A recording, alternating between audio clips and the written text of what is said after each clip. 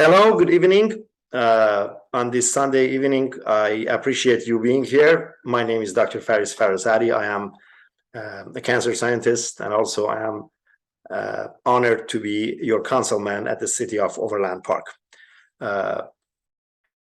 If we have met before, if I have personally met you or you have been on social media, we should know each other at some level right now. And if not, hopefully we get to know each other more.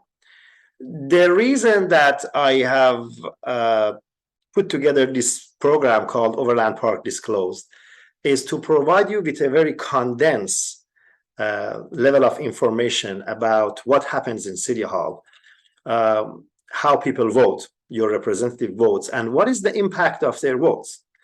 So you will have firsthand knowledge from within the chambers of the City Hall, because I believe there is a lot which happens that you need to know, and it's a duty for an elected official to provide that information.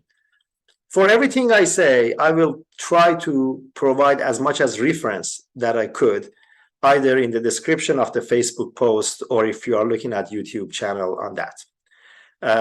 I have a YouTube channel, Faris for OP. These videos will be posted on my Facebook at Faris Farassati and Faris for OP, and also the link to the YouTube on Twitter at Faris for OP.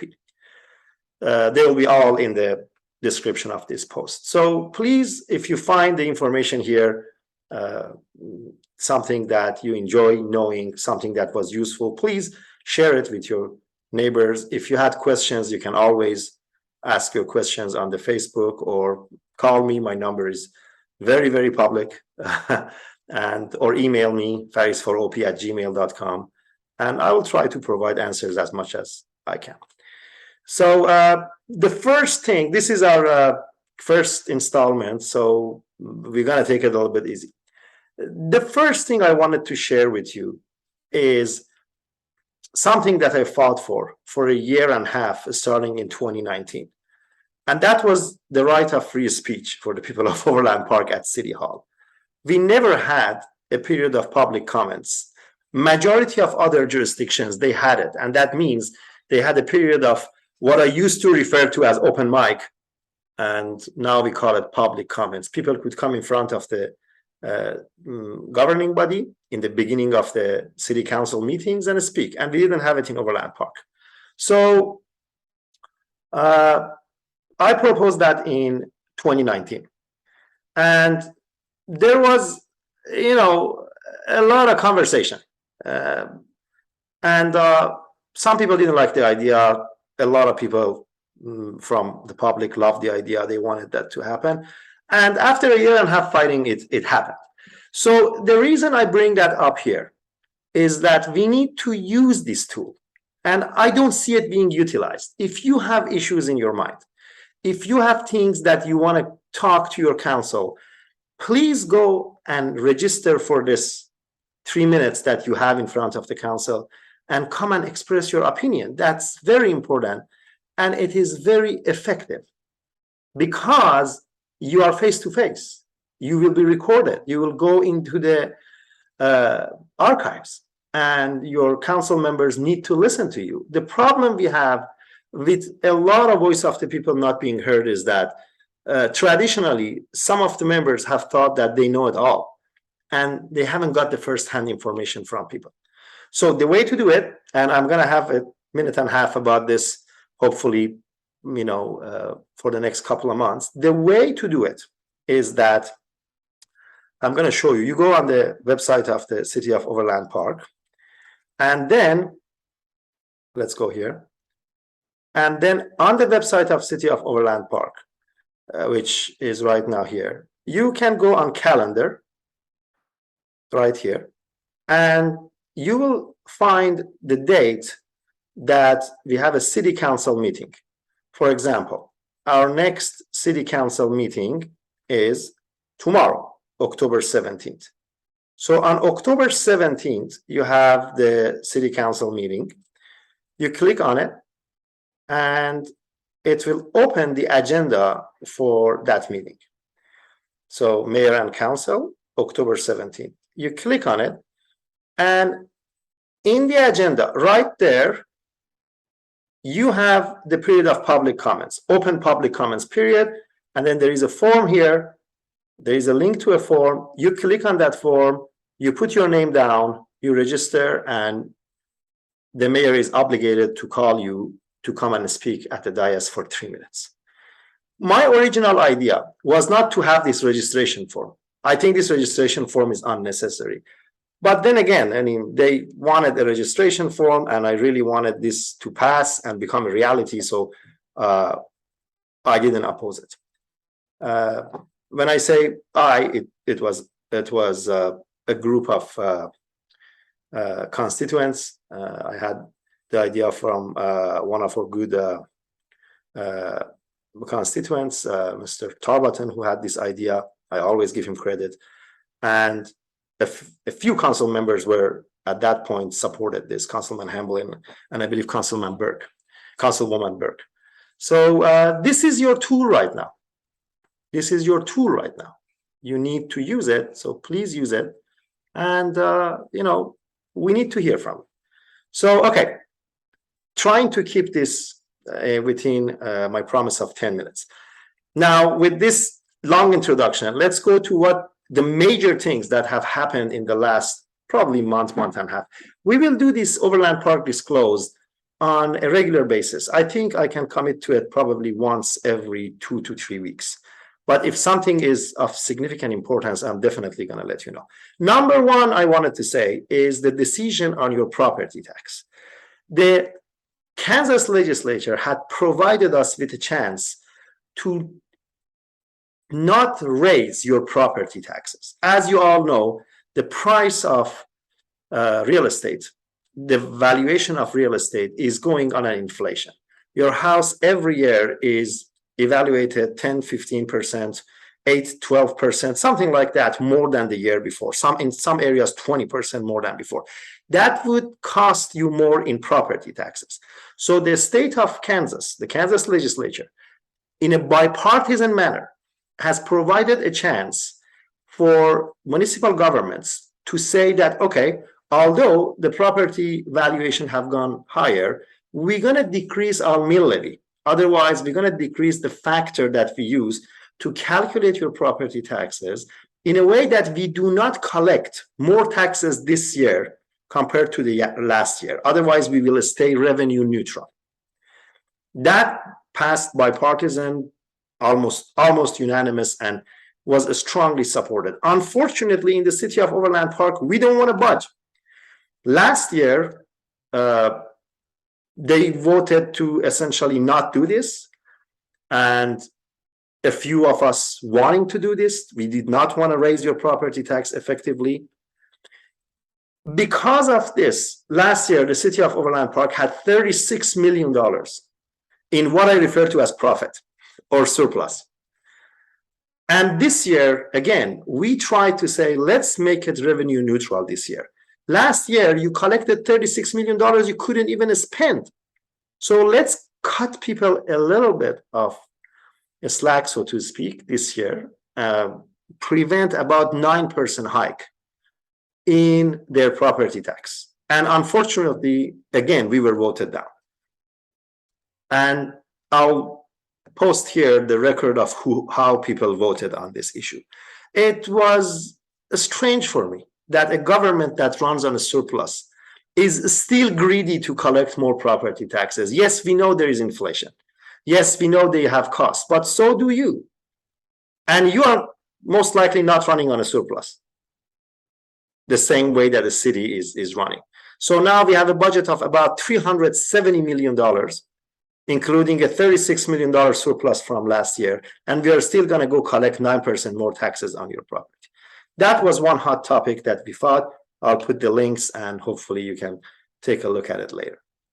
This was one of the areas. The other things I wanted to bring to your attention is 2 apartment projects which got voted down by the council very rightfully. One was Deer Creek Golf Course. The Deer Creek Golf Course was planned to become apartments. It needed a rezoning because the current zoning is a golf course and R1 residential single family homes. The council unanimously rejected it.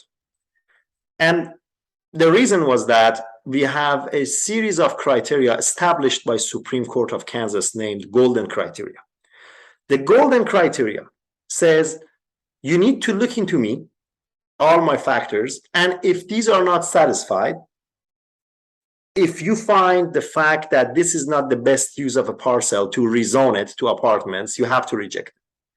So there were hundreds of people around that neighborhood showing up, and they didn't like the idea of apartments.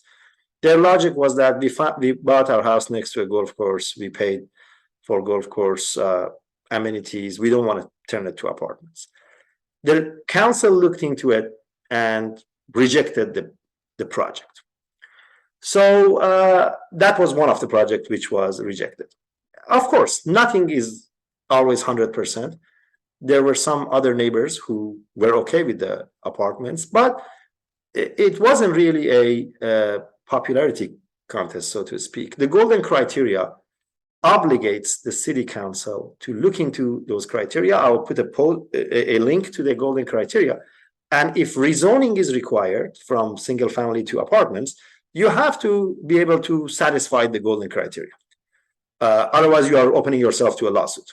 And that's what happened. The other project was the project at Antioch and 135. And that project was also subject to a lot of negotiation. A lot of neighbors in that area were expressing their views. And that project also got rejected in terms of apartments. And these two projects, you know, they have the chance to come back with a different project, which is not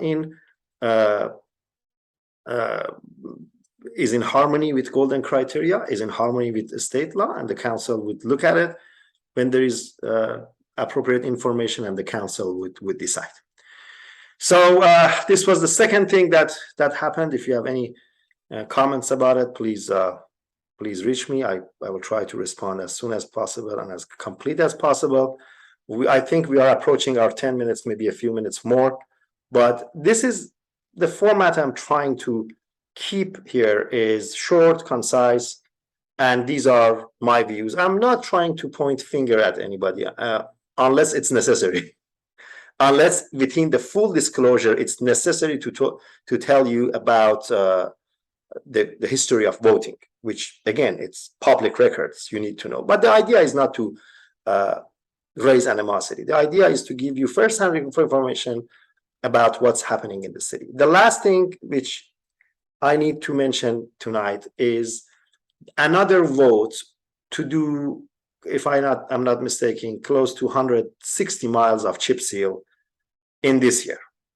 And that was, again, met my no vote with a few of my colleagues, Councilman Hamlin, and I believe Councilman Cox and Councilman Mosher voted no for it when they were budgeting for chip seal.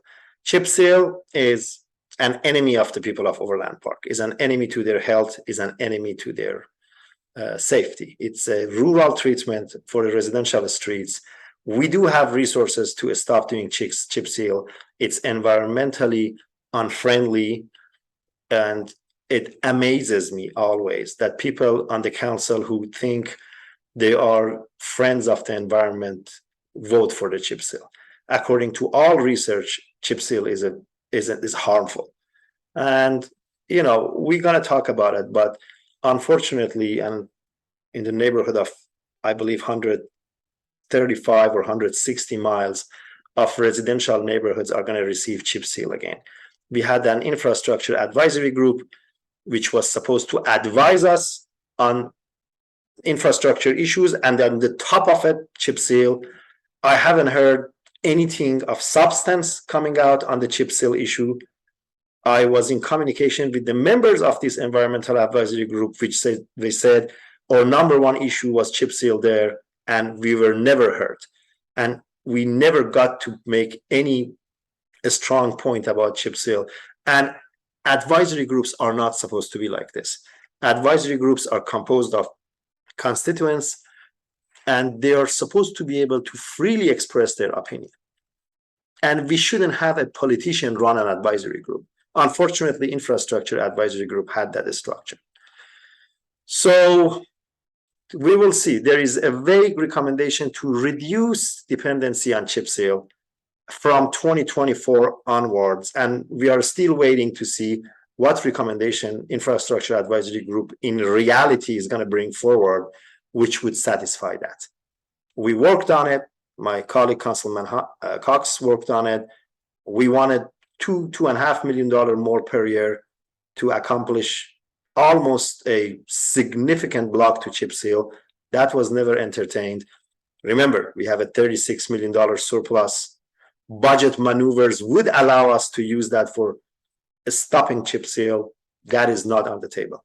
Therefore, I will never vote for a penny of taxpayers' money on something that can hurt your kids and can hurt your property and can hurt you and can hurt your environment.